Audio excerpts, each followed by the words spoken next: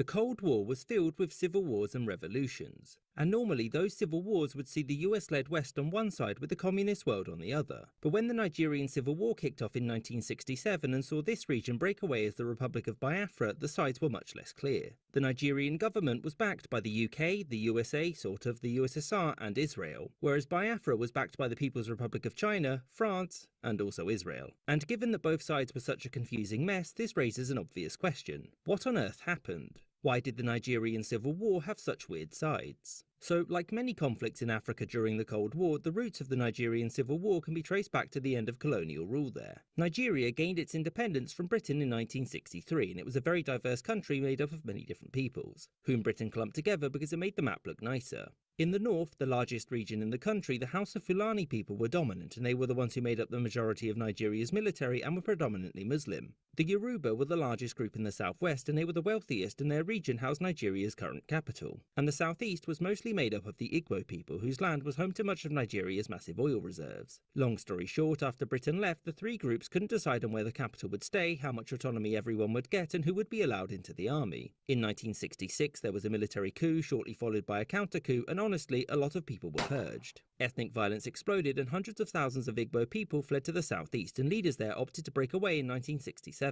The Nigerian leadership didn't accept this, and so, civil war. So why were the supporters of each side so varied? Well, the main supporter of the Nigerian government was Britain, who, as their former colonial overlord, felt passionately about the well-being of the Nigerian state, and just kidding, it was oil. British companies controlled about 90% of Nigeria's oil production, most of which went to Britain, and if the Biafran Republic had gained its independence, it may have lost said oil. As such, the British provided lots of guns and lots of money to the Lagos government. The US government wasn't too keen on all of the murder going on, but it wanted to support Britain, which meant not really getting involved. And despite America's empathy for the Igbo, if Biafra seceded, it could have potentially led to other movements springing up across Africa. And civil wars tended to see communist support rise, which meant that Biafra would get no help from the USA. Like its rivals, the Soviet government also supported Nigeria. Not for any moral reasons, but for political and economic ones. The Nigerian government was looking for some planes, which the USSR certainly had to spare, and since Britain had refused to provide them, that meant that there was money to be made. It was also hoped that help in the civil war would improve relations with Nigeria, which was one of the most influential nations on the continent. However, the Soviets had to be smart about their support, since if they became too influential in Nigeria, they knew that the Americans would get involved. As such, they pressured Britain to provide more military aid by threatening to do it themselves if they refused. This was a bluff since they didn't actually want to do this, but it allowed Britain to believe that they were fighting communism in Africa, when in fact their continued support was keeping the United States uninvolved by making it look like that the Soviets were failing to win influence in Nigeria. As for Biafra, they had three main material supporters: France, China, and Israel. France supported the Igbo, mostly because of their deep concern for their well-being, and oh wait, no, it was also oil. France, much like Britain, had oil companies in the region, and if Biafra managed to break away, France could have got some of it. Nigerian victory also worried the French government, who saw Nigeria as being too large and populous. There were concerns that a successful Nigeria could influence France's former colonies around it and diminish its clout in the region. As for China, they had just had a very public falling out with the Soviet Union, and since the USSR was backing Nigeria, China had to do the opposite and so funneled arms to Biafra. It also helped China in trying to establish itself as an independent communist leader with its own reach and influence across the world. The last country which was deeply involved was Israel. Israel was in a tough spot, since politically siding with the Nigerian government would have helped to improve relations with the rest of the continent. Since up until this point, the vast majority of independent African states opposed Israel due to the Palestine conflict. Domestically though, the Israeli people supported the Igbo, and so Israel's government opted to help both. In the end, the support for Biafra did little, and in 1970 it was recaptured and formally reintegrated into Nigeria. And after this, the Nigerian Civil War would not only be remembered for its brutality, but also the peculiar sides that the rest of the world took in the conflict. I hope you enjoyed this episode, and thank you for watching, with a special thanks.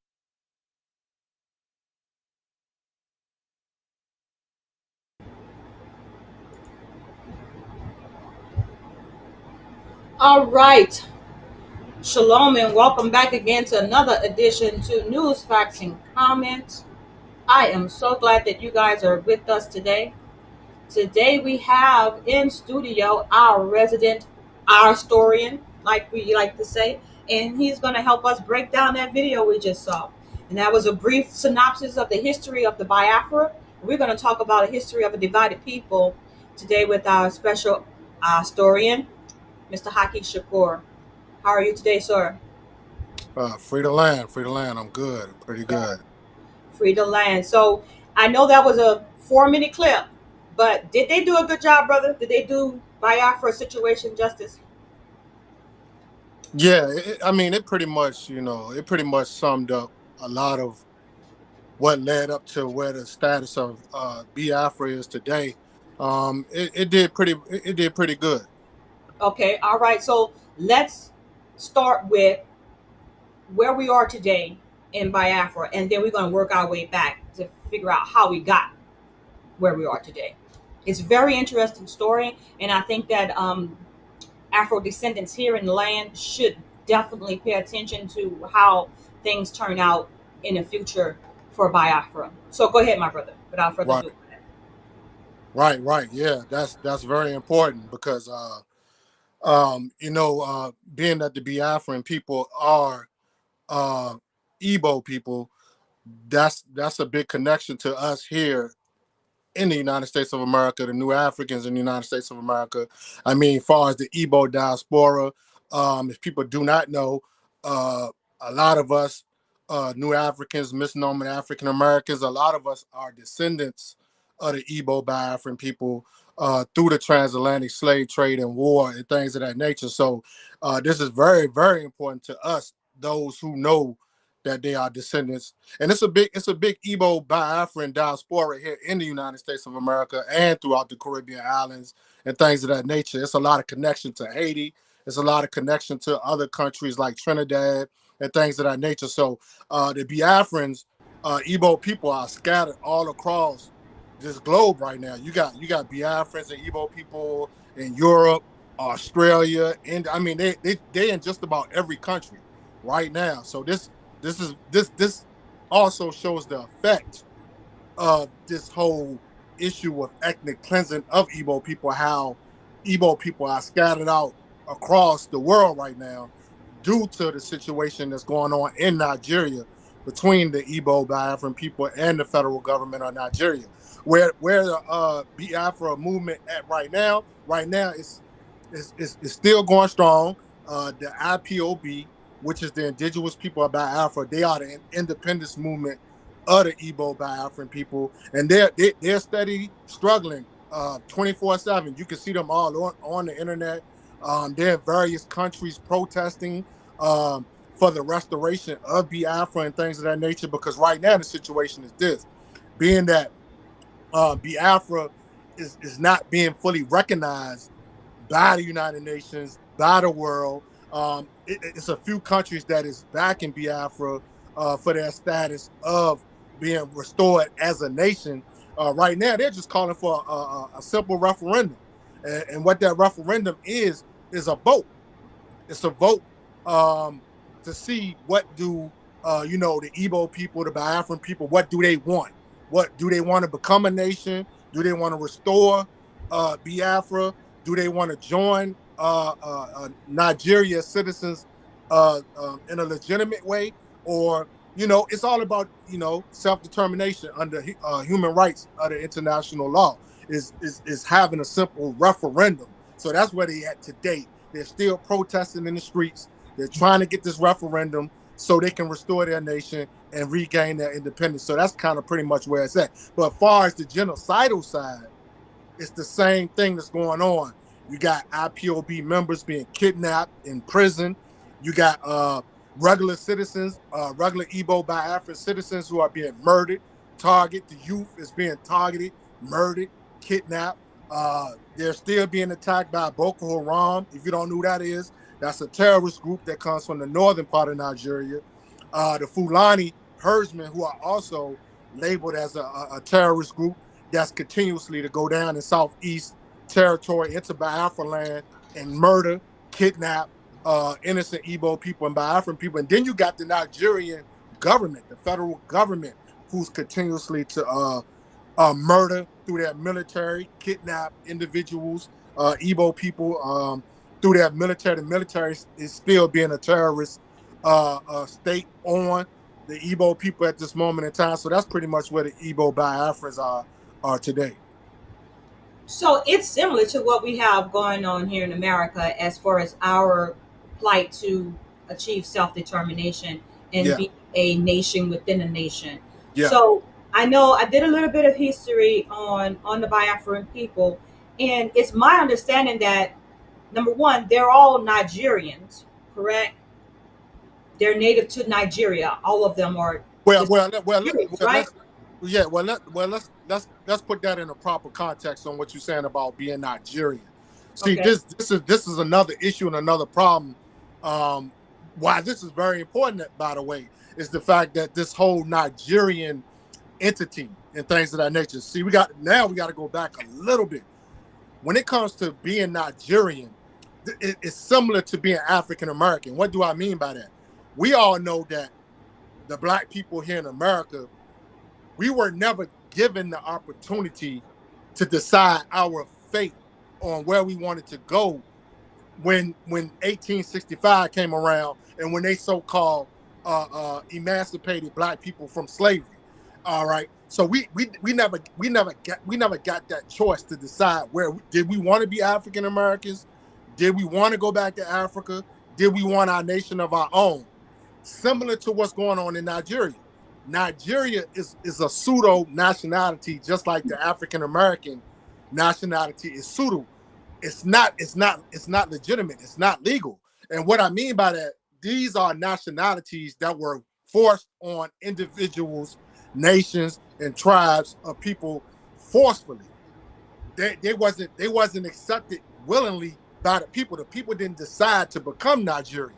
You see what I'm saying? Just like the Igbos, the Yorubas, the Hausa, Fulani. Well, that's a different story when it comes to the Fulani and the Hausa, because they're kind of behind this whole Nigerian pseudo thing with the identity of being a Nigerian and all those type of things.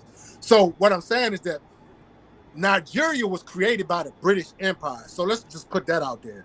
The name and everything, the identity, Nigerian, the territory being called Nigeria was labeled by their colonizers, the British, the Lugars. If people know who the Lugars are the family who headed the operation of the British Empire to colonize that area in the early 1900s. And so when the Lugars came into that landmass, which was not called Nigeria at first, this was a landmass that was split up between kingdoms, tribes, and various ethnic groups. So it wasn't even called Nigeria at that point in time.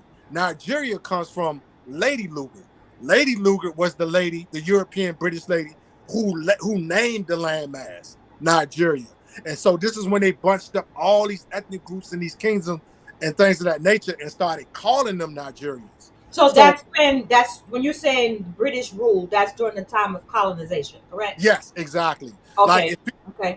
I would advise people to do this. Go back to the Berlin Conference of 1884.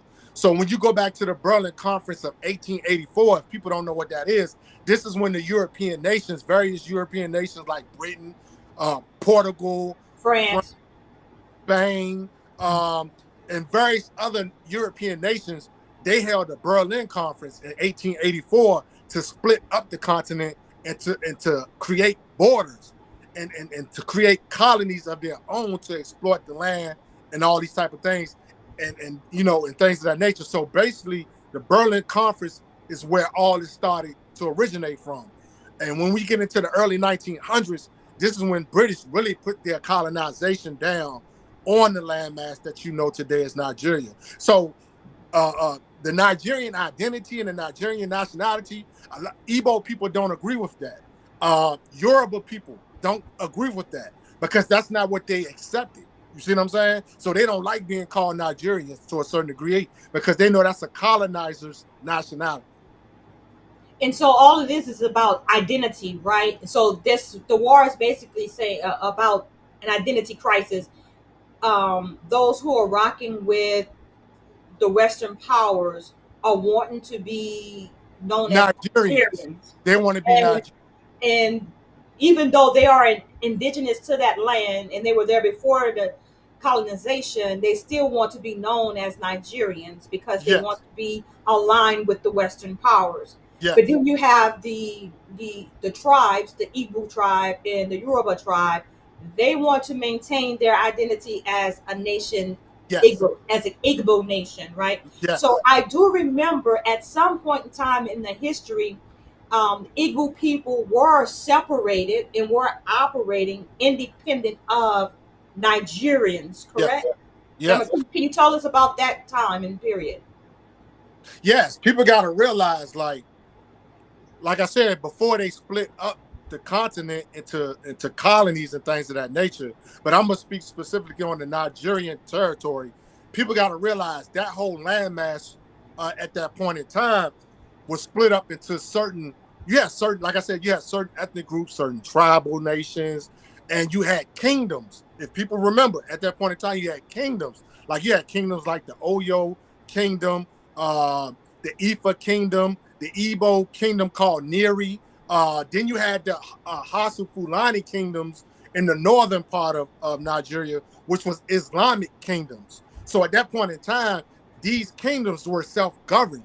They wasn't governed by nobody else. They was governed by their own people. So specifically the Igbo people, they had their own governance and democracies at that point in time. And this was going on all through like the periods of time, I would say and people don't even realize this too. People don't even realize that the Biafra nation and the Biafra name was in existence before Nigeria got its name. It's on the Right. colonial maps. If you want to do the research, Google the colonial maps of Right. Nigeria landmass. And when you pull up the colonial maps, you will see where Biafra was already a nation. They already had its name and everything.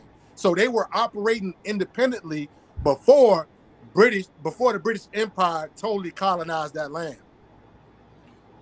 So now, why can you tell us why the Nigerians are committing genocide on those who are identifying as Igbo people?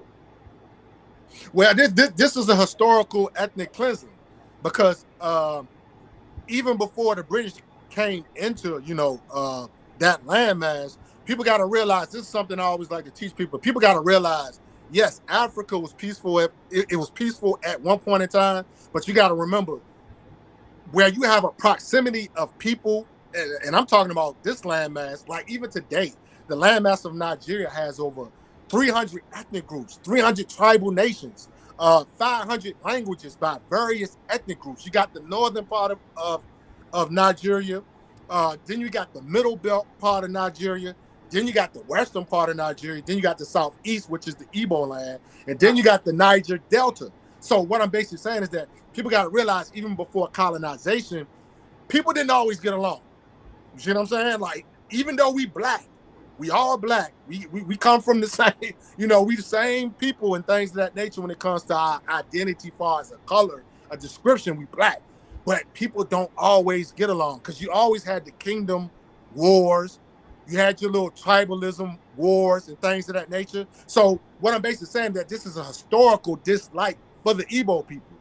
The Igbo people were, and people got to realize this, a lot of those ethnic groups also are offsprings of the Igbo people. So also it's a self-hating type of thing going on with the situation as well, because a lot of people descend from the Igbo people because the Igbo people are ancient people, which is why we call them needy Igbo. You see what I'm saying? Which means the ancient ones, the ancient people. You see what I'm saying? So this goes all the way back to ancient times and things of that nature, the dislike for Igbo people. And so And can I just go go ahead.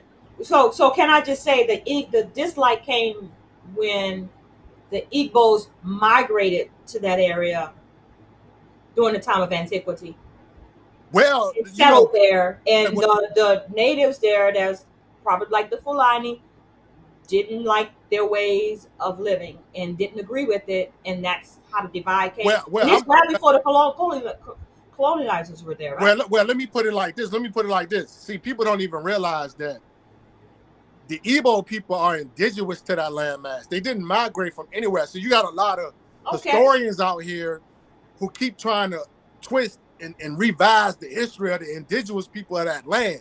The indigenous people of that land were the Kwa people. The Kwa people are the ancestors of the Igbo people. There's a Kwa language and a Kwa ethnic group that existed in that landmass before the Igbos, came into the existence. But these are their ancestors, their blood ancestors. See, I know, a lot of people like to, they like to use the Igbo people who identify with being Jewish or Israelites and things of that nature, see, they tied their story back to migrating to that landmass. The people who are Igbo that identify with being Jewish, but you got the indigenous Igbo people who know the true history of their people's origin, and the stories have been passed down from generation to generation that Igbo people have always been in that landmass. Now you got Fulanis, the Hassas, Yorubas, and people of that. Now some of those ethnic groups migrated to that landmass, and I'm gonna give you a prime example. The Yoruba people migrated to that landmass because they have history that's tied back to the Sudanese people, the Kushite peoples, and the ancient Kimite peoples and things of that nature. So they migrated to that landmass. But the Fulanis and the Hausa people and things of that nature, they come from more of a nomadic Islamic background. You see what I'm saying? So being that they are Islamic, this is where the disagreement came in with the Igbo people, because the Igbo people are traditional people. They practice their traditional spirituality and things of that nature. And we get caught up in this religious conflicts, religious differences. So the Fulani and the Hausa don't like the Igbo people because of their traditional existence. Isn't that something? And that is kind of like similar what we got going on here in Americas. And this is why it matters to us, because I read that the majority of the slaves that were taken from the west coast of Africa brought to the Americas, like a great percentage, like over 80% of those individuals came from Igbo land. Yes. Am I right, I say? Facts. So basically those are our ancestors over there. Those are our relatives over there. And that's why it matters. That's why it matters. And yeah, in there, and to slide this in here, you know what I'm saying? Because like I said, I don't like to really get into too many religious, debates or discussion of things of that nature, because at the end of the day, I respect everybody's right and free will to whatever they want to practice.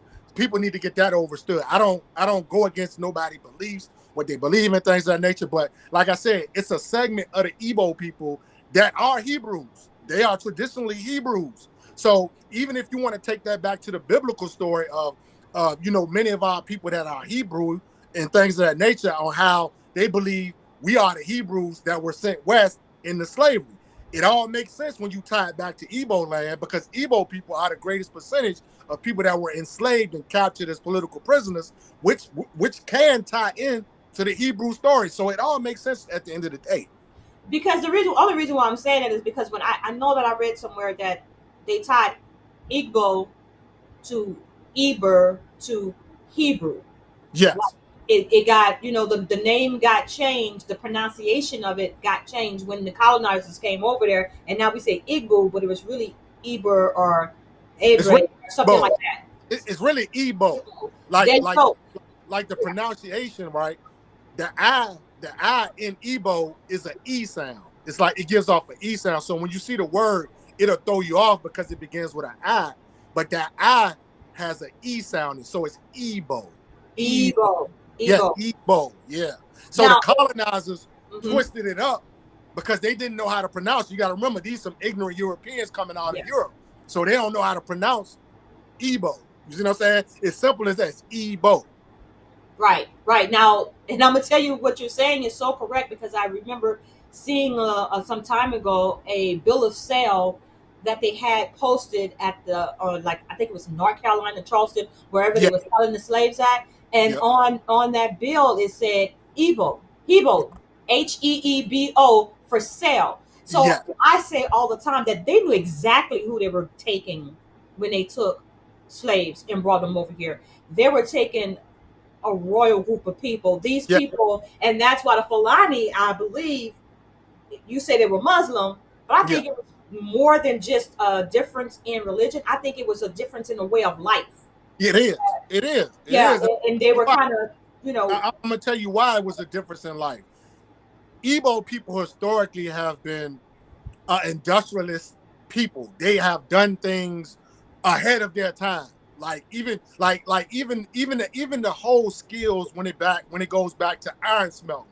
People got to realize iron smelting was the central basis of a lot of civilizations evolving. So when we go back to the ancient iron smelting and things of that nature, blacksmiths and all these type of things. All these things tie back to ancient Igbo land. They were doing these things before other civilizations in West Africa. So a lot of these traditions, when we're talking about being industrialization, establishing civilization, language, even the language, the ancient Igbo language, in some research has been labeled as the mother tongue. It ties back to the mother tongue of other languages that are offsprings of other African languages in West Africa and other parts of Africa. So when we doing the research on Igbo history, a lot of this stuff we see today when it comes to modern history, they are hard workers, like they are builders, they're intelligent, they're highly scientific, and things of these nature. So the Europeans, when they came into Africa and they seen what was going on in Igbo land, they knew they had to enslave these individuals because these were the individuals that they could use to build up North America. And that's exactly what they did. That's exactly what they did, my brother. And so I hope all our everyone that's listening right now can truly understand what we're saying and why we should pay attention to what's going on in Biafra, because we never know over here. One day we might need their assistance. So we're like rooting for them to get it together, just as the same as I know they're rooting for us over here because I know they know who we are. Yes. Yes. And as you can see, a lot of people always say, well, nobody ever came for us. Well, those people are still fighting for their independence right now. So how could they come and get us when they're being oppressed still by the oppressors? And we got people that look like us that are helping and aiding and abetting. Right. In that and, and that's the thing about it, man. Like, I hate when people bring that up and they try to say that, well, those people over there forgot about us and all these type of things. See, that's why people that's why you got to educate yourself on the whole proper context. Like me and you always saying, people got to realize this was a war. People think slavery was just some simple system where they thought it was a trading thing, some trading thing. I'm gonna give you some guns, you give me some people. No, this is an all-out war. Yeah, you know what I'm saying? Is what it was. And being the fact that it's an all-out warfare, you're being attacked 24/7, 365. I'm talking about from various methods, strategies, tactics, in ways of colonizing the people. And I hate to say this, but the highest advanced way of enslaving people today is through neo-colonialism, where now you got a black face on white supremacy. And this is pretty much, like I always tell people, Nigeria, I would say Nigeria and a few other countries, right now, they are the highest examples of neo-colonialism because you're looking at black faces on white supremacy who are oppressing and genociding other black folk. You see what I'm saying? And this is why Africa can't advance. This is why they can't move forward, because the white man ain't got to do the work no more. He ain't got to do the genociding no more, because now he got neo-colonialist Negroes in high positions in Nigeria, keeping these people oppressed. And that's their job. In order for them to maintain their position, their status, they have to oppress. And see, that is something that definitely came from the Europeans, this caste system, right? Yes. So tell me about, what do you think about ECOWAS? Should they go in and try to bring some peace?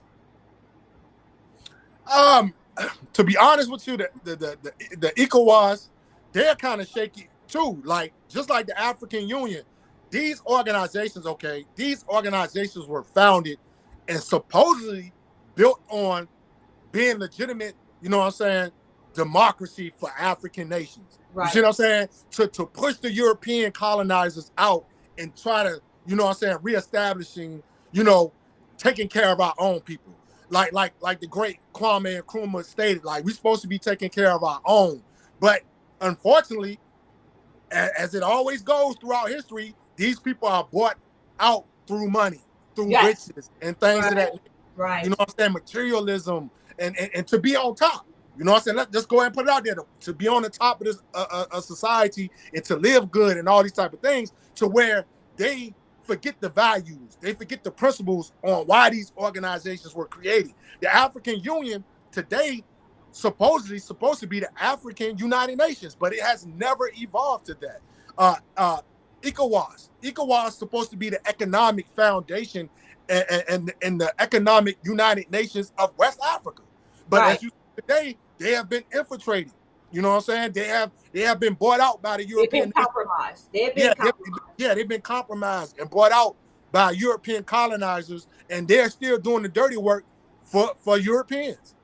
Right. Right. So I just put it to you like this.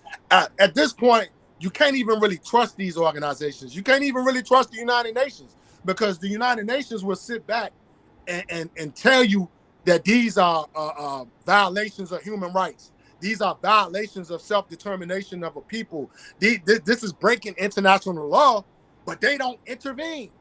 You see what I'm saying? That's the same thing. The only thing they do is provide aid at times. But I mean, that's good, but aid ain't gonna stop the killing. Aid ain't gonna stop the genocide. Aid ain't gonna give these people their human rights to self-determination. You see what I'm saying? So the Nigerian government are those powers, those people that's, being puppets for the Western society. They are trying to squash the Igbo people's voices Right. in their demand to separate from them. They just want to separate it. Am I correct? And they don't want them to separate because why?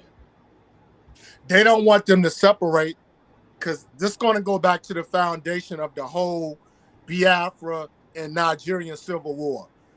The main reason why Nigeria, the federal government of Nigeria, don't want the Igbos or the Biafrans to separate is the fact when you go into the Niger Delta region and the southeastern part of the so-called federal government of Nigeria territory, which is Igbo land, when you go into these territories, and people got to realize this, what is the foundation resource of Nigeria? What is the resource that is making Nigeria the second or the first richest country in Africa? It's about oil.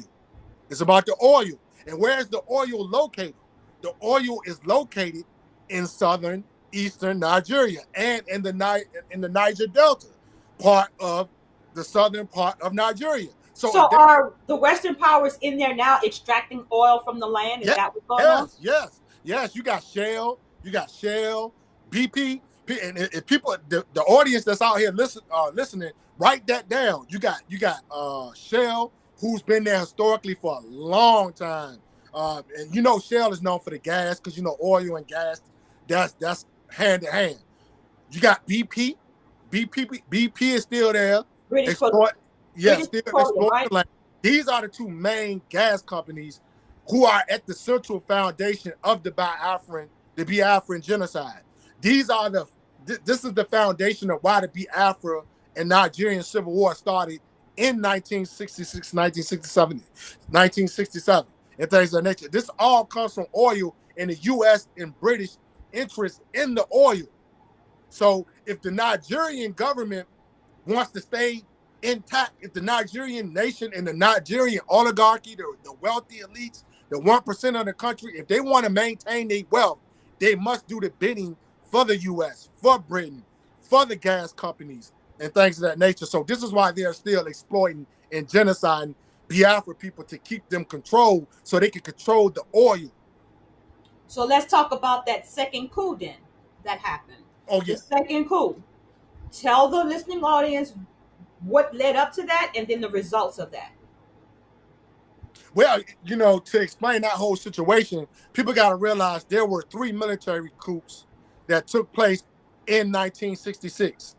And these military coups, the first military coup was a revolutionary coup d'etat. I don't even like to use revolution and coup d'etats in the same sentence because there's a difference between the two, because sometimes coup d'etats are done for the wrong reason. It's not done for the interest of the people. So when you hear people say a coup d'etat, sometimes that is basically saying that this coup d'etat was done really not in the interest of the people, but self-serving to the people who pulling off the coup d'etat.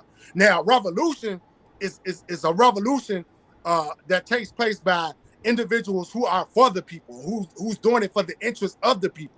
Now, that first coup d'etat that they call a coup d'etat, a lot of historians look at that as a revolutionary overthrow of a government at that point in time, a federal government at that time, that wasn't doing the best. It wasn't in the best interest of the people. They were oppressing the people of Nigeria and things of that nature. So that first coup d'etat that took place in January of 1966 was done by a Igbo individual of the military who had the people in the best interest. So him and some other individuals, they overthrew the northern individuals who were oppressing the other people of Nigeria at that point in time. And I do believe that coup d'etat, that overthrow was led by the brother by the name of Nze Agwu, if I'm not mistaken. A great brother by the name of Nze Agwu. And they overthrew those individuals. When they did that, they didn't really last long, because then you had another Igbo brother who threw a coup d'etat that wasn't in the best interest of the people. He was just doing it for self-benefit. It's an individual by the name Iranzi. Iranzi, when he came with his military individuals, they overthrew Nze Agwu, and then he put in his own little administration at that point in time, which was not in the best interest of the people. Then here comes the northern interest, which, through the Fulanis and the Muslims and the Islamic individuals, they used the individual by the name of Yakubu Gowon. And when Yakubu Gowon came in and threw his military coup, this is when the federal government of Nigeria really came into existence, because when he overthrew the other Igbo brothers, this is when he has reestablished those oppressors that got thrown over the first time by the Igbo brother Nze Agwu. And now what you see today is a result of Yakubu Gowon and his administrations and his groups when they threw their coup d'etat, the last coup d'etat, which led to the Biafra Nigerian Civil War, when General Ikechukwu had enough of what Gowon was doing to the people and oppressing the people. This is when he initiated to succeed the Biafrans from the Nigerian government. And he was met with a lot of resistance. A lot of resistance from the northern establishment, right? Exactly. And so, what can we do over here in the Americas to help our brothers and sisters over there? Pretty much do what I do. You know what I'm saying? Like, we got to educate. First thing, educate. We got to educate people on the history of this whole, situation with the oppression of Biafra, and not want Biafra to be restored as a nation, and not want to give these individuals their sovereignty and their rights to self-determination and things of that nature. I feel like it's our duty, especially when we're talking about being related to these brothers and sisters, because many of us here in North America, these are our real true blood brothers and sisters. You know what I'm saying? And people got to realize that this is a historical, alliance with these brothers and sisters, because we had, even during the Black Panther era in the 1960s and the 1970s, the Black liberation movements, the Republic of New Africa, various organizations and Pan-Africans were always fighting in solidarity for the Biafrans, always was bringing awareness to our people here in North America on that. We need to be there for our brothers and sisters, because these brothers and sisters are being oppressed, genocide, murder. And people got to realize this: over 6 million, over 3 million to 6 million of these Igbo brothers and sisters were murdered during the Civil War. Yeah. Starved to death. Like what you see today going on in Palestine, this already happened in our ancestors' land, in Igbo land, in Biafra land. 3 to 6 million brothers and sisters murdered, cut off from food, cut off from resources by the federal Nigerian government. And the majority of these individuals, they were kids. These were kids. I always like to tell people, when y'all used to see like these children that were dying from starvation and disease and hunger, and they used to plaster them all over the American scenes and things of that nature. The hunger campaign. Yeah, the hunger campaigns and all these things. People didn't even realize that was the Biafran War. They don't even realize that were evil. Yeah. I mean, I didn't put the two and two together, right? Yeah. Until just now when you said it. Right. So I'm thinking, those were children in Ethiopia. Yeah. That's my first thought when I see starving children. I always think Ethiopia, but I think that's the way the Western world wanted you to think of it, as only people in Ethiopia started, and we never even heard of, when I was growing up, Biafra. Right. We heard of Nigeria, but never Biafra. Yeah, Right? you never heard. Yeah, you never heard of Biafra, and And like you said, that was done. That was done by that was done by counterintelligence. Like you said, the media, the Western media, that was done on purpose through counterintelligence to hide what they doing over there, and we already know what they doing over there. They stealing the resources, colonizing the land, stealing the oil. So they had to use the hunger, the famine and hunger agendas of Ethiopia and all these other type of places, and to show to the people in America, oh, they just hungry, they don't have no food, so you shouldn't get they don't know how involved. to govern themselves. Yeah, they don't know how to govern themselves and things like that. People got to realize these were all distractions to take away from the people in Africa who were fighting for self-determination, who were fighting for nationhood, who was fighting to keep control of their resources, their land, and all these type of things. See, these are the things that imperialism do. They use the counterintelligence to fool Black people in America. You know what I'm saying? To keep Black people from uniting with their brothers and sisters and things of that nature. It's all by design. It's all called social engineering, people. This is social engineering at its highest development. Exactly. So that you won't rise up, or that we over here won't see an example of rising up. Same thing what they did in Haiti, right? Yeah. Same situation. So what this should be a wake-up call for us here in America, because we can definitely take a page out of their playbook, Yes. showing that we can stand up and resist. And sometimes it's going to take a little sacrificing. I think that we here in America is just a little bit too comfortable in our Yes. captivity. We've come to be go along to get along. Right. Don't want to buck the system, because you have the history of how they used to be. So a lot of Yep. people will say that we've come a long way, but I say no, because we're not free. I'm not Right. free to move about how I want to, right? Right. Even if I wanted to go and visit Igbo land, I have Right. to go through all this red tape just to get there. Just to get there. How free are we? So we Right. can definitely take a page out of their book.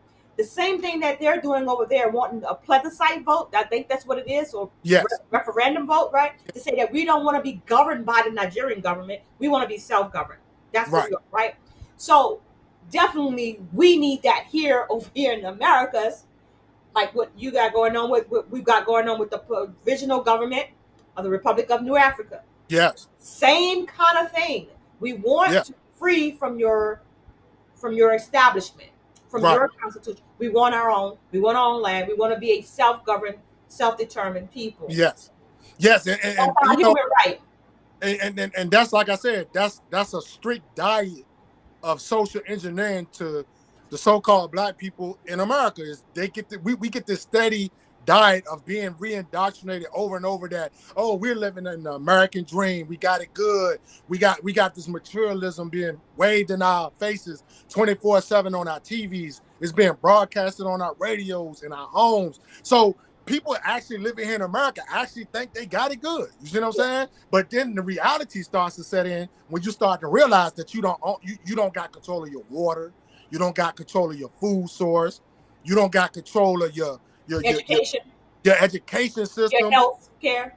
You don't own your own housing, you don't own your own land. So when we're talking about these things, this is what we mean by freedom. See, a lot of people in America don't know what true freedom is, because they've been heavily indoctrinated and colonialized deeply, that they think what the Europeans did for us was for us, when actuality it was for them. And you And still haven't got to where them is. You see what I'm right, saying?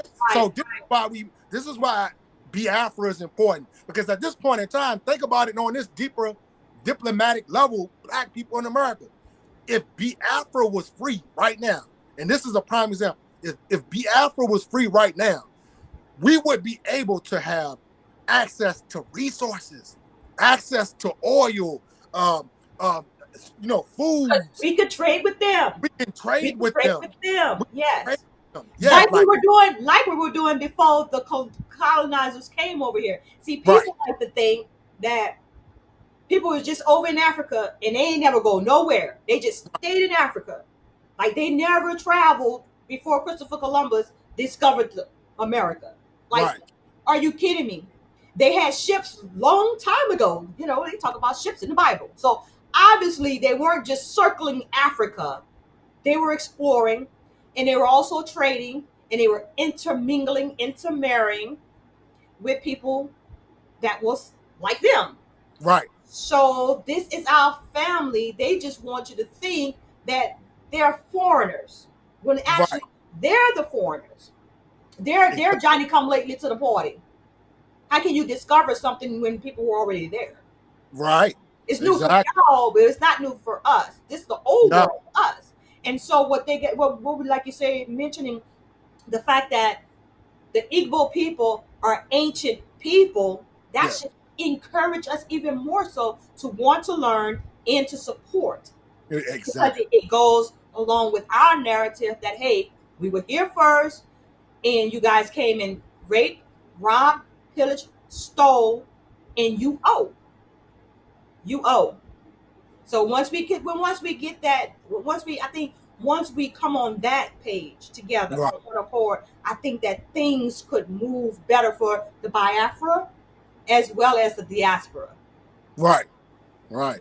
Right. But Because we don't want to even acknowledge that we Igbo people. I can't believe it. right. Exactly. Exactly. And to add on to that point, that's what I'm saying. Like people gotta our people here in North America gotta understand that we're never gonna be a total free people until Africa is free. Simple as that.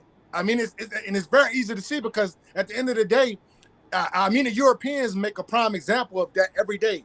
Why? Why do they stay in Africa? Why are they so infatuated with Africa? Why do they want to keep colonizing Africa over and over?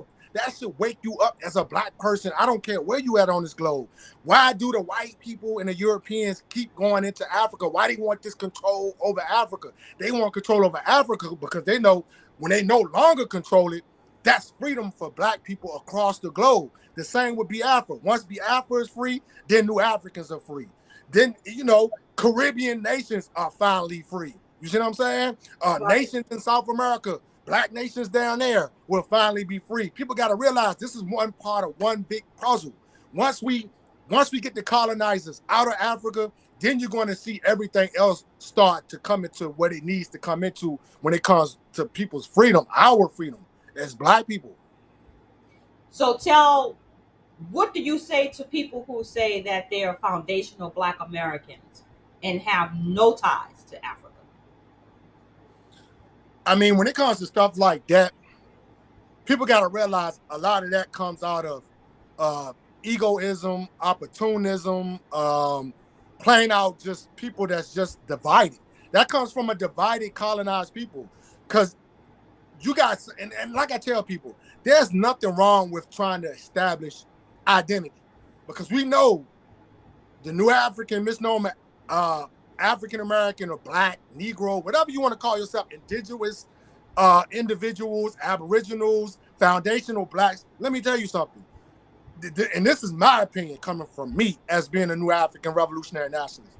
I don't have nothing against people trying to establish identity and nationality because these are things that you should be doing. Because when you go into that direction, that will take you in a direction that you need to be going into, and it'll get you to where you need to go. And when we're talking about freedom, see, freedom, nationality, sovereignty, independence, these terminologies are very important because so many black people in America are diseducated to these terminologies. So now when you're talking about foundational Black Americans and things like that, cool. The part I don't like is when you continue to add the division factor in there. Because we can't afford to be divided because you're falling right into the white supremacy plan. The Right. white supremacy wants you divided because if they keep you divided, they keep you colonized. They keep you conquered. Because you want to know why? You're always going to be at the bottom of classes fighting with each other, exterminating each other, genociding each other. Like right now, you know what I'm saying? Internal, it's like like I always try to tell people, it's this internal situation that we can't seem to get out of, which is being turned against ourselves. Once we can figure out how to not turn towards each other and oppress each other and things of that nature, then we'll get on the right path to liberation and independence. So when I see these individuals, Foundation Black Americans, or whatever you want to call yourself, African American descendants of slaves and all these type of things, cool. But take the divisiveness out of it. Take the division out of it. Because once you keep doing that, you ain't gonna get to where you're trying to go with your agenda and your objectives at the end of the day. Because we're gonna still be fighting each other, battling, trying to figure out, because everybody wants their thing to be the thing. People gotta realize we are people on the globe. It's never gonna be one thing. Many black nations existed. Your nation can exist. But right now, we have to be on the same liberation front to get to that point for you to even get your agenda accomplished. I just said that this morning. Yes, sir. Yes, sir. Yes, sir. The way we're gonna do that is through unity. That's the only way. Because people have to understand that there's power in numbers.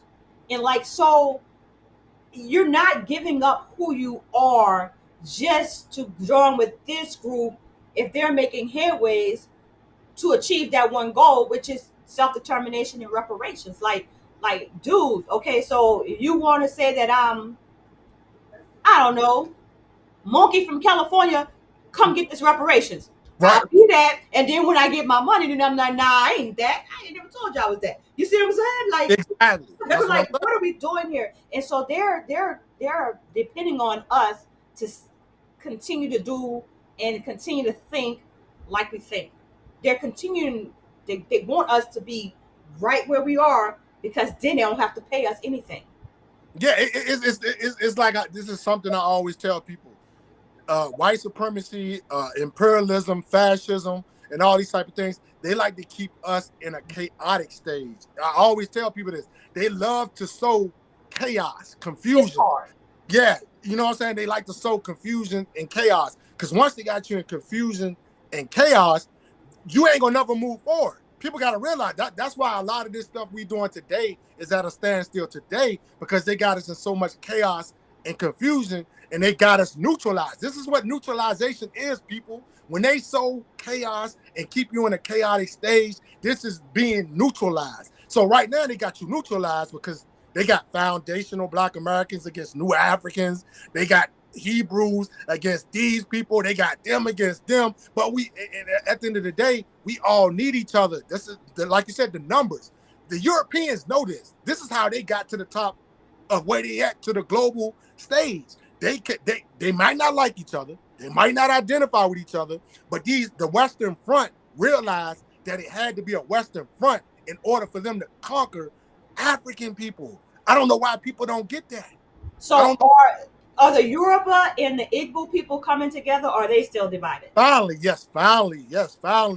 Yes, you got the Yoruba people who are actually struggling and fighting for their self-determination. They're trying to bring back into existence, which is their nation, which is Oduduwa nation, which is the Yoruba nation that was broken up when the British came into that landmass as well. So now you got the Yoruba and the Igbo people coming together to try to struggle and fight to free both of their nations. And it's at an all-time high when it comes to Yoruba and Igbo unity. I mean, they still got their little disagreements and things, but right now, no, they are on one page struggling to get back to their self-determination and their sovereignty. They understand they have a common enemy. Yes, exactly. Right? And so that's where we need to be at, right? So that's why I said we need to be watching how the Biafra is moving. Yes. Take a page out of their book and duplicate it over here. Yes, and most important thing, I want Black people in America. I want y'all to establish relationship with these brothers and sisters, like, because they got a worldwide movement when it comes to the internet. Like, if you go on the internet, man, Biafra is like one of the heaviest, and I would say outside of that Palestine stuff and these other, man, I'm talking about Biafra been putting this thing down for like the last 20 years. I'm talking about heavy presence on all fronts, whether in the streets, the internet, things of this. I'm talking about, man, they are so unified that we have to take a page out their book. Like they got this technology on lock. They spreading their propaganda through news medias. They got media on lock. Like, man, I'm telling you, if you online, I know you've seen Biafra people. Like, they're heavy. They heavy online. So, like, I would advise y'all, please establish a relationship with our brothers and sisters from Biafra land, man. And once we get that unity with them, man, I'm telling you, we're gonna help each other, and we're gonna get to where we're trying to get to when we're talking about these goals. Yes, sir. That to me is the ultimate goal, right? Allies, like, we cannot. I was listening on TikTok today, just listening random room, right? And I heard your young lady say nobody came for us, so Yeah. why should we be concerned about them? Nobody came for us. I understand that's coming from a place of hurt. I Yes. really do. But when we done hurting, the reality is we are not that strong in numbers here to go at it alone. It's simple as that. Simple as that. And this is Especially why, when we divide it. You yeah, know? this is why I don't like all the divisive division stuff that the foundational Black Americans got going on, trying to say that we're not the same as our brothers and sisters in the Caribbean islands. They're even sowing division between us and our own brothers and sisters in the Caribbean islands, in Haiti, in And this South is the America. thing. And this is the thing that gets me, is that those same individuals do not understand that we were trading with our brothers and sisters in the Caribbean, in the South Americas, before they were born. So Exactly. how in the hell you gonna go and just rewrite the whole relationship based on how you feeling, all up in your feelings right Yeah, now? how you feeling? Yeah, And it's when very, you don't, yeah, either you don't know the history, or you just that ignorant. Ignorant just means you don't know. exactly. Or you playing a game to go along with the Western power to keep us subjugated. A pawn on the If you chessboard. and if you are doing that, I I will put everything on it. You're being paid to do that. Yes, most There, definitely. COINTELPRO ain't never went anywhere. It's on steroids 2.0, and like you said, they're using these, how you say, neo-colonialist people that look Yeah, like us. neocolonialism. Neocolonialism is what Kwame Nkrumah uh, uh, dissected and put down scientifically to understand that he saw what was coming with these individuals once they get hypnotized by materialism, money, gifts, Status. and this luxury lifestyle.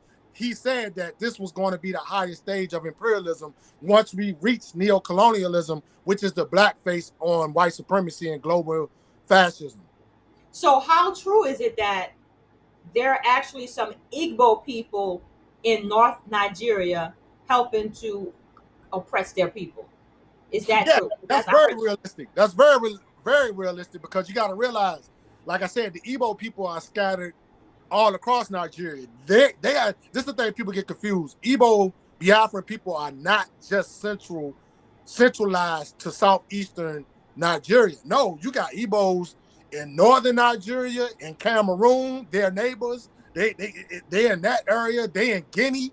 They Igbo people are scattered all across West Africa and Africa. Period.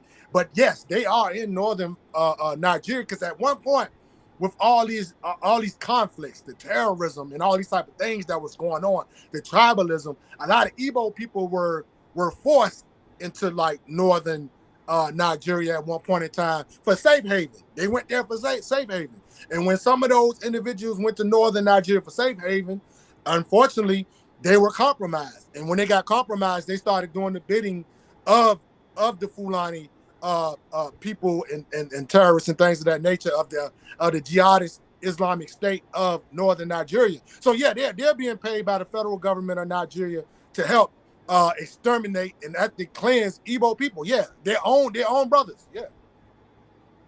And because they have the power from the Western world, Igbos are not able to do coups like they did before. So now have to resort to just taking a political stance in the Yes, streets. it's come down to where they got to stay on a united front because, like I said, you got to realize Igbo people are scattered all across the world. So they got mass numbers in the diaspora. They got mass numbers in Europe, Australia. So, but the key to their power is that the reason why they have such a powerful political stance is the fact they're unified. It's the unity. Like they not separate. they're all together and they all move and operate strategically and methodically on the same page. You see what I'm saying? So when you seeing them all over the internet, all in the streets, I mean, they're in the streets heavy, active, all across this globe, heavy, even here in America, like in the DC, DMV area, Virginia.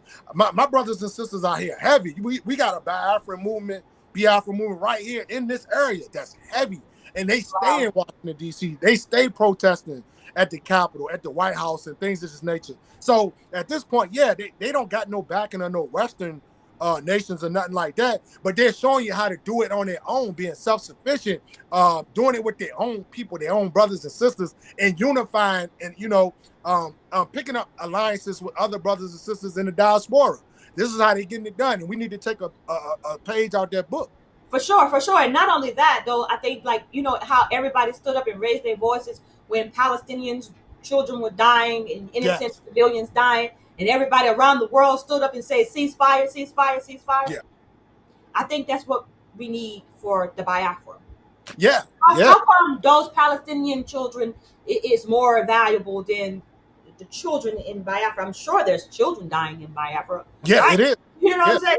So where is our voice for them? We have to. Stop the genocide. And to put this out there so people can know how important this is, because I know a lot of people, they supporting Palestine and all these type of things. But y'all got to realize, since 2014, 2015, there have been over 20,000 people murdered in Igbo Biafra land. 20,000. They just put this statistic out last year. Over 20,000 children, teenagers, mothers, fathers have been kidnapped, murdered, genocided in Igbo land. Just because they want to be free. 20,000. Just because they want to be free. Just because they want to be free. Yes, 20,000 brothers and sisters have been murdered. And I'm talking about massacres. Like you don't really see it in the Western media and things of that nature. This is why we got to be the voices of our brothers and sisters in Igbo land. In fact, these things don't get broadcasted over here like that. But man, it's massacre. It's been total massacres there, in Igbo land, where you done had over 500 to 600 people killed that one time. Like, these are things you don't see. The same things you see going on in Palestine, this has been going on in Biafra land for years. And this is government led. This is government sanctioned. It's not like the Ku Klux Klan. No. Even though some of them are dying government, you know what I mean? But but this is sanctioned by the government. And so it's done by the hands of what, their military police or what? Yes, military police. Yep. Wow. They're committing constant genocide on Biafran people through the military and the police of Nigeria, the same way the American military forces are doing to New African Black people in America every day. Your George Floyds, man, they got hundreds of George Floyds being killed every day in Biafra land. Hundreds of George Floyds, you know what I'm saying, being murdered every day. Children, teenagers who are just protesting for a Biafra state. And you know what? Can you verify that people in Biafra stood up and protested when George Floyd was murdered? Oh, yeah, 100%. 100% they did. Yeah, 100%. I thought I saw that. I saw that. I actually was on a lot of their media. I was on a lot of their medias as guests during that period of time when George Floyd got killed. And we got a heavy support from Biafrans when George Floyd got killed. They were protesting in Australia, Europe, Russia. Oh, shout out to my Biafran people in Russia. We got a heavy population in Russia. They were protesting for George Floyd and things of that nature, man. South America, a lot of my brothers and sisters. Can you say that again? Rewind it again for the people in the back. There's Black people in Russia, correct? Yeah, yes, heavy. Yes, heavy. It's a heavy Black population. Been there since antiquity. Yeah, you just don't see them though. You just don't see them. They don't broadcast the Black people in Russia like they do the Europeans in Russia and things of that nature. Like, they're kind of suppressed, kind of like how the Black people in Britain is suppressed, France.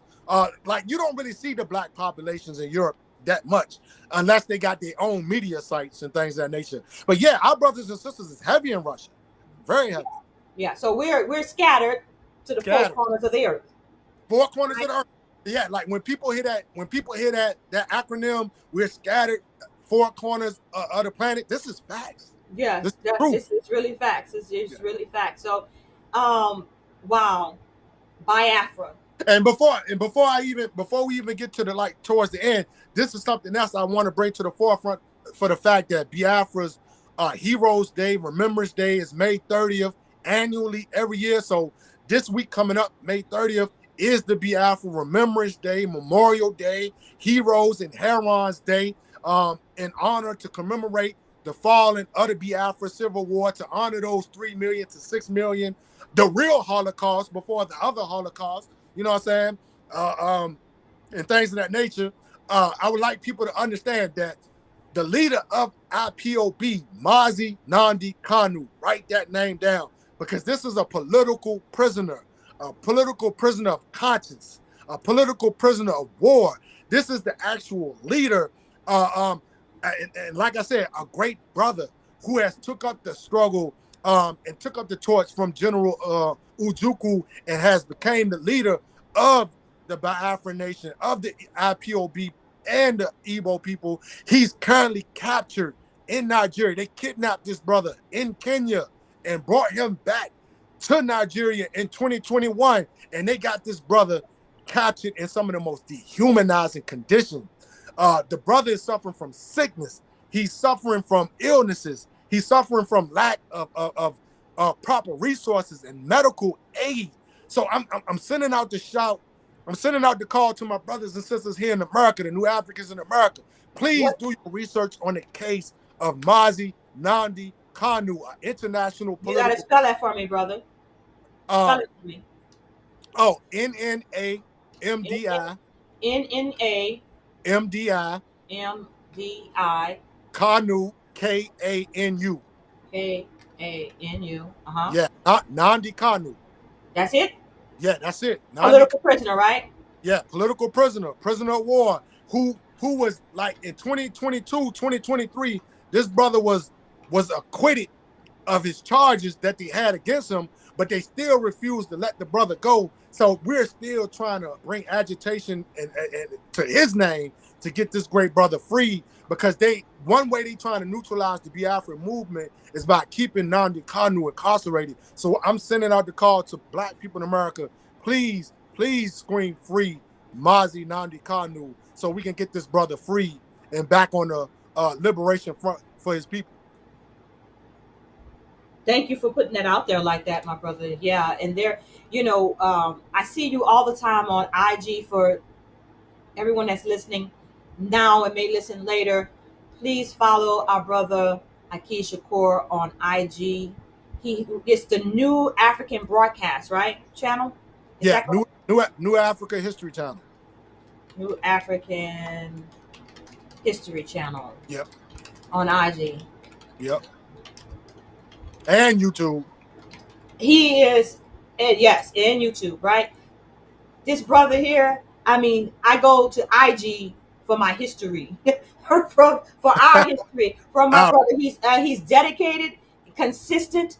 Every day I learn something new about us, our people, whether it be over there in the motherland or whether it be here in the Americas, and our political prisoners. I love how people, I never even knew all these people were still locked up behind the oppressive nature of these heathens and these Europeans here in this land. It is so appalling.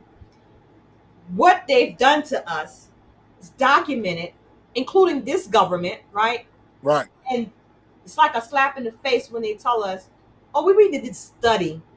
We need to study reparations to see if y'all deserve it.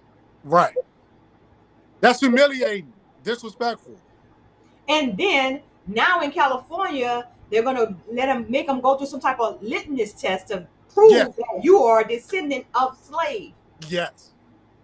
Disrespectful. Right? So what if I'm not a descendant of slave? A slave, right? Have I been discriminated against in this land? Did my, ancestors have to go through Jim Crow, even though they weren't slaves? They went through Jim Crow. Right. They went through redlining, right? They went through the Code of War, right? The Black Code. Yep. So we don't get nothing. Even if you wasn't enslaved, you still was oppressed. Slavery never ended, though. Slavery never ended under the 13th Amendment. The 13th Exactly. Amendment, the 13th Amendment in 21st century slavery is alive today because what they told you. They said slavery didn't end unless you committed a crime. And once you commit that crime, you are now being reestablished as a slave. You see what I'm saying? This is where the prison industrial complex come from. It's an extension of plantation slavery. People got to realize that. So when they talking about slavery ended and all these, like, no, it didn't. Like you just said, the Black Codes, Jim Crow, the Ma'afa is still alive today. This is what we call genocide. The genocide never ended. The genocide continues. That's why they can shoot us down in the street like nothing. Yeah. Like it's nothing. Yeah. Like nowhere else in the world but nowhere America. in the world. Nowhere in the world. But you see people constantly murdered by the military police forces like they are of the United States of America. Every day, a brother just got killed. It's a couple of brothers that just got killed by police. Every day. It's every day. And I try to tell this, I try to show this to my brothers and sisters also in Biafra land to let them know that they're not alone. Like, and they see it. They know what's going on. We being murdered every day in America, just like the people in Palestine, just like the people in Sudan, Congo. No matter where we at on this globe, we've been West Pupa. You know what I'm saying? All these places, we're being murdered every day. Part of the agenda, because they know that if we rise up, if we unite, if we all are on one accord as an Igbo nation, it is over for them. It's over. Yeah, it's over. It's over for them. So I'm so glad, my brother, that you came today and you spoke on nation. Right. Because our people need to understand that we are a nation of people. The Creator deals with nations of people, right? So we can't continue to be this over here and then this over there. Where's our nation? Where's our nation? Exactly. You know what I'm saying? Like people, we can take this. I don't care what part of historical aspect or context you want to put it in. You want to go biblical, you want to go religious. Nations have always existed. You know what I'm saying? Even through these religions, they talk about the nations of peoples. Yes. In the Bible, it's nations of peoples. So I don't understand how you can be a part of these denominations and you leave out the political aspects of denominations. When they got political aspects all through your biblical texts, all through your Islamic texts, they all through your denominational texts. So this is why I'm trying to get our people to see like nation. You know what I'm saying? That's but just like you said in the beginning, what's going on in Biafra, they are not allowing these people to self-determine, to determine who they want to be. Exactly. That's a God-given right. That's a human right. Human right. Even like you said, the UN acknowledges that. The UN has acknowledged that people in diaspora in the Americas deserve to be self-determined. Yep. We just got to do it. We just got to not be afraid to separate ourselves. Right. Like the Igbo people are saying, no, we're not Nigerian. We're Igbo. We're the Igbo nation. Stand up for that. And to not see this as a bad thing. You got so many black people in America who still attached to Uncle Sam's breast. They can't let go of Uncle Sam's breast. You see what I'm saying? I hate to use that terminology, but I got to use that ABC terminology. So many black people in America can't let her go of America's breast. You see what I'm saying? That they can't even see themselves doing nothing on their own. So this is how they got you again on the chessboard. You know what I'm saying? Is that you don't even see yourself doing this on your own. You don't see being on your own. It's kind of like a kid that can't leave the house. You can't leave the nest. You see what I'm saying? Like but then at the same breath, my brother, they saying I'm the individual. You can't tell me who I am. I know who I am. Right. Do you really? Do you really? Are you trying to be some similitude of what you've seen? Yeah, we should be one. We should be one to come to a complete solution to this abusive relation to the American empire. Simple as that. This is what I always like to tell my brothers and sisters. We are in an abusive relationship. Do you want to continue to stay in the abuse, or do you want to get liberated from the abuse? It's common sense. It's logical. Like Malcolm X said, at the end of the day, it's logical. Do you want to stay in this abusive relationship, or do you want a relationship of your own? But you know, just like anybody that's a victim of an abusive relationship, they stay in it because they think the person loved them. They're doing it because they love us. They really love us, but they never really made us citizens. Never. Never. Like you said, they made sure that they had an out with the prison system to keep you in bondage. And then they created all these laws, criminal justice system, all these laws that was geared towards keeping you and locking you up. Yep. Congregating, just people meeting together, 3 or 4 people meeting together on the street corner was cause for you to be locked up and put in prison, back in slavery, just like that. And so, yeah, my heart goes out to those brothers and sisters in the Biafra that's standing up for self-determination. I'm with them 100%. I'm with them 100%. If you don't want to be called Nigerian, you have that God-given right not to be called Nigerian. Just like I'm not an African American. I don't. Exactly. Even on applications and everything, if they got an other box, I'm gonna be other. Yeah. I'm not African American. I'm not gonna help you with your statistics. Right. Right. So you can continue to subjugate us. Right. Don't count me in your BS. In other words, don't count me. Count me out. Right. Set apart. That's what we need to be, set apart. And when we learn how to do that, then I guess we can reach out and help our brothers and sisters over there. Until we get it together here, we can't help them. Exactly. You gotta help yourself before you help somebody else. So, my brother, what is your last word on this whole situation with you say Biafra? Am I saying it right? I say Biafra. I mean, people, a lot of people pronounce it both ways. Some people say Biafra, some people say Biafra, but the correct pronunciation is Biafra, because remember what I told you, in Igbo language, that I is an E sound. So it's Biafra. So you know, for people out there who want to know how to pronounce it, some people say Biafra because they don't really, understand the pronunciation when it comes to the I E sounds. But it's Biafra. Because even myself, even with my southern, accent, is like I get tongue-tied and I say Biafra. So it's Biafra, you know what I'm saying? So Biafra. But no, I just want to say, send shout outs to my brothers and sisters in Biafra land. I'm with you. I love you. We will continue to stand in solidarity with you from the New African Nation, the New African Independence Movement. We are with you. We're in solidarity with our brothers and sisters until freedom is established and liberation is established and your restoration is established. But yeah, May 30th, stand in solidarity with our brothers and sisters in Biafra land. It's a sit at home. It's a thing we do every year. May 30th, we don't do nothing. We stand in solidarity. We don't go outside. We stand in solidarity with our brothers and sisters and stand up and make a stiff resistance stance against the federal government of Nigeria and make the call. Give them a referendum. Give our brothers and sisters a plebiscite.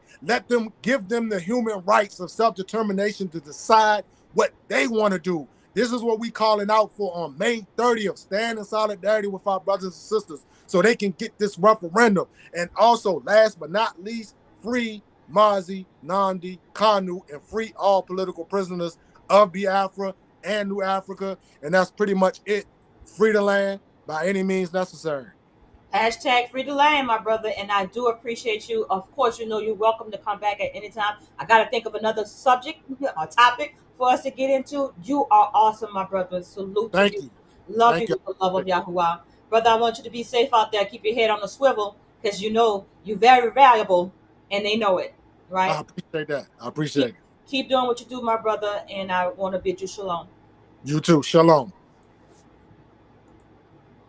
Well, there you have it, ladies and gentlemen. Thank you once again for joining me with another session of Sunday Rap Session with News, Facts, and Comments in conjunction with Major TV.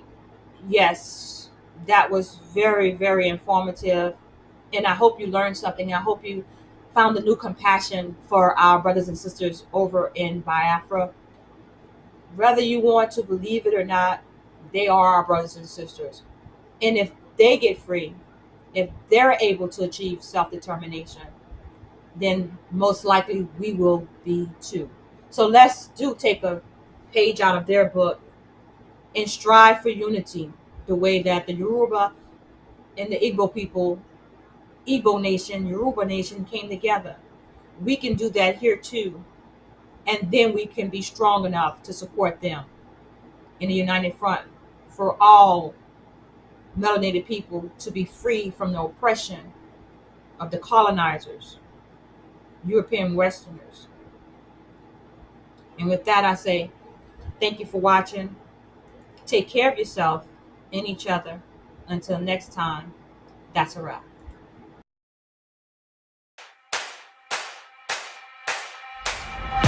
One for the money, you know what it is. Two for the show, yeah, we shut it down. Three, just to make sure you ready. Four, let them know that we run this town. One for the money, you know what it is. Two for the show, yeah, we shut it down. Three, just to make sure you ready. Four, let them know that we run. Ladies and gentlemen, welcome. You are now tuned in to the greatest. The greatest of all time. The greatest of all time.